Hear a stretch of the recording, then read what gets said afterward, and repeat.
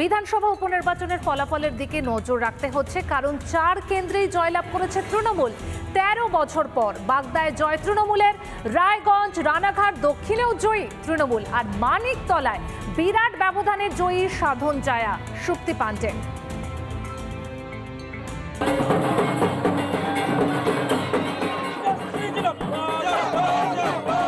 রাজ্যের 4 কেন্দ্রের উপনির্বাচনেই জয়ী শাসক দল। 13 বছর পর বাগদায় মতুয়াগড়ে জয়ী তৃণমূল।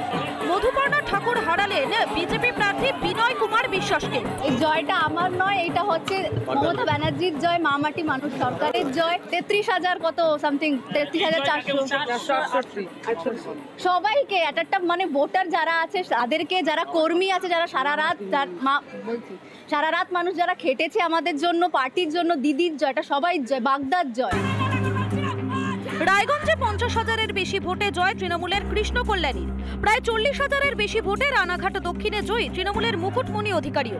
রায়গঞ্জবাসী এবার উন্নয়নের নিরিখে জনাদেশ দিয়েছে। এবার আমাদের নৈতিক দায়িত্ব রায়গঞ্জবাসীকে যেটা প্রতিশ্রুতি দিয়েছি, সেই ডেভেলপমেন্ট, রায়গঞ্জের যাতে সার্ভিস ডেভেলপমেন্ট হোক, এটাই আমার লক্ষ্য।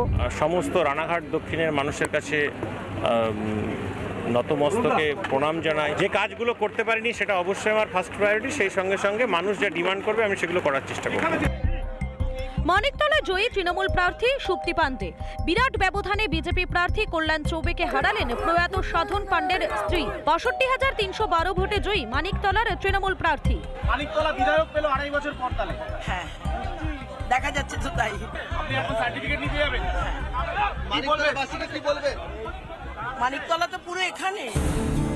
মানিকতলার ভোটে হিংসার অভিযোগে সরব বিজেপি। ভোটের আগে বলেছিলাম যে 201খানা বুথ থেকে আমাদের এজেন্ট তাড়িয়ে দেওয়া হয়েছে 277-এর মধ্যে, আর 89টা বুথে 100% রিগিং হয়েছে। আপনি সেটা দেখতে পাচ্ছেন। 62,000 কি তারই ফল? 62,000।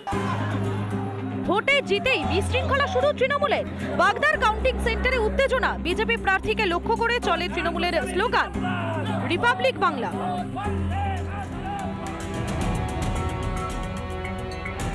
চলুন এবার একটু কোচবিহারের দিকে নজর রাখা যাক। কোচবিহারে তৃণমূলের জেলা সম্পাদকের পদ পেলেন অঙ্কিতা অধিকারী। শুক্রবার জেলা সম্পাদক হিসেবে নিয়োগপত্র দেওয়া হয় তাকে। দুর্নীতিগ্রস্ত প্রাক্তন মন্ত্রী পরেশ অধিকারীর কন্যার জন্য উদার তৃণমূল। অপরাধীদের ঢাল কি তবে রাজ্যের শাসক দল?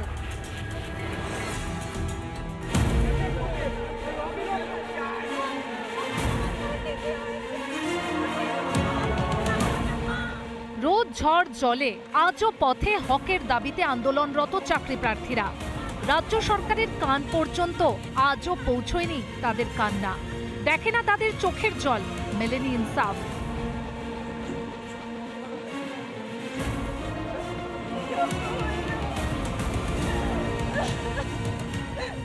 চাকরি প্রার্থীরা চাকরি না পেলেও প্রাক্তন শিক্ষা প্রতিমন্ত্রীর মেয়ে অঙ্কিতা অধিকারী এবার নতুন চাকরি পেলেন। কোচবিহারের তৃণমূলের জেলা সম্পাদক পদে যোগ দিলেন তিনি। আগামী দিনে দলকে যাতে সুষ্ঠুভাবে পরিচালনা করা যায় সেই দায়িত্ব আমি যথাসাধ্যভাবে পালন করার চেষ্টা করব।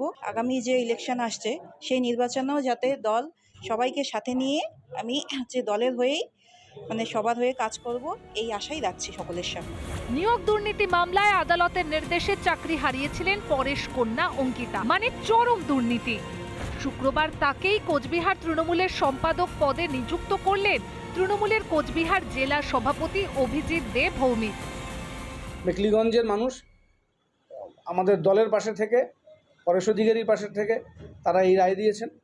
সেই রায়কে আমরা স্বাগত জানিয়েছি। আমাদের জয়ে আমরা আনন্দিত, যার জন্য অঙ্কিতা অধিকারীকে আমরা দলের সেক্রেটারি হিসেবে, জেলা তৃণমূল কংগ্রেসের সম্পাদিকা হিসেবে আমরা আজকে নিয়োগপত্র দিচ্ছি। দুর্নীতিগ্রস্তরাই কি তৃণমূলের তুরুপের তাস? প্রশ্ন বিরোধীদের। অঙ্কিতা অধিকারী কাগজে দেখেছি, হাইকোর্টের ইয়েতে দেখেছি যে 2 নম্বরই করে চাকরি পেয়ে তার চাকরিটা গেছে।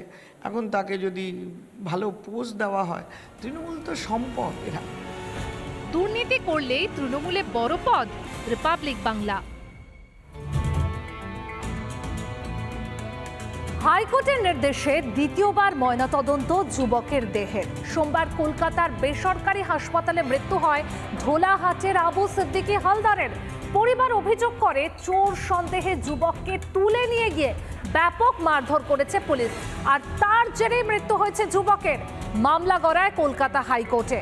আদালতের নির্দেশে কবর থেকে যুবকের দেহ তুলে দ্বিতীয়বার হচ্ছে ময়নাতদন্ত। দেখুন। সকালে ঢোলাহাট থানার পুলিশ হাট বকুলতলায় যায়, কবর থেকে তোলা হয় দেহ। পরিবারের আশা এবার বিচার মিলবে।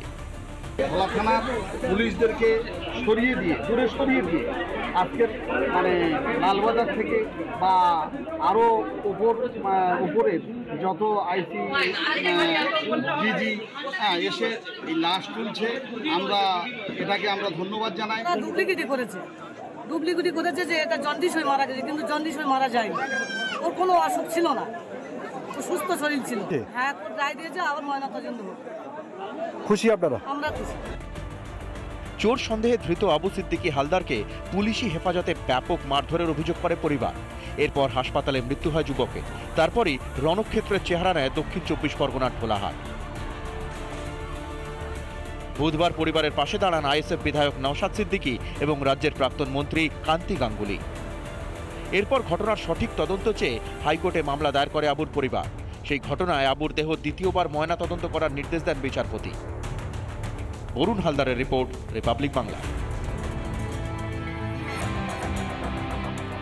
আচ্ছা, চলুন জেলা সদরে এবার একটু আপনাদেরকে পুরুলিয়াতে নিয়ে যাই, কারণ সেখানে তলে তলে গজিয়ে উঠছে বহুতল। পুরুলিয়া শহরের আমদিহার শরৎ সেন কম্পাউন্ডে মাথা চাড়া দিয়ে উঠেছে বহুতল। পুরবিধি ভেঙে তৈরি এই 6 তলা অ্যাপার্টমেন্ট এখন নবান্নের নজরে। মুখ্যমন্ত্রীর দফতরে চিঠি পাওয়ার পর বেআইনি অ্যাপার্টমেন্টের বিরুদ্ধে তদন্তে নেমেছে পুরুলিয়া পুরসভা। কিন্তু পুরসভার অজান্তে কিভাবে তৈরি হলো এই বেআইনি ফ্ল্যাট?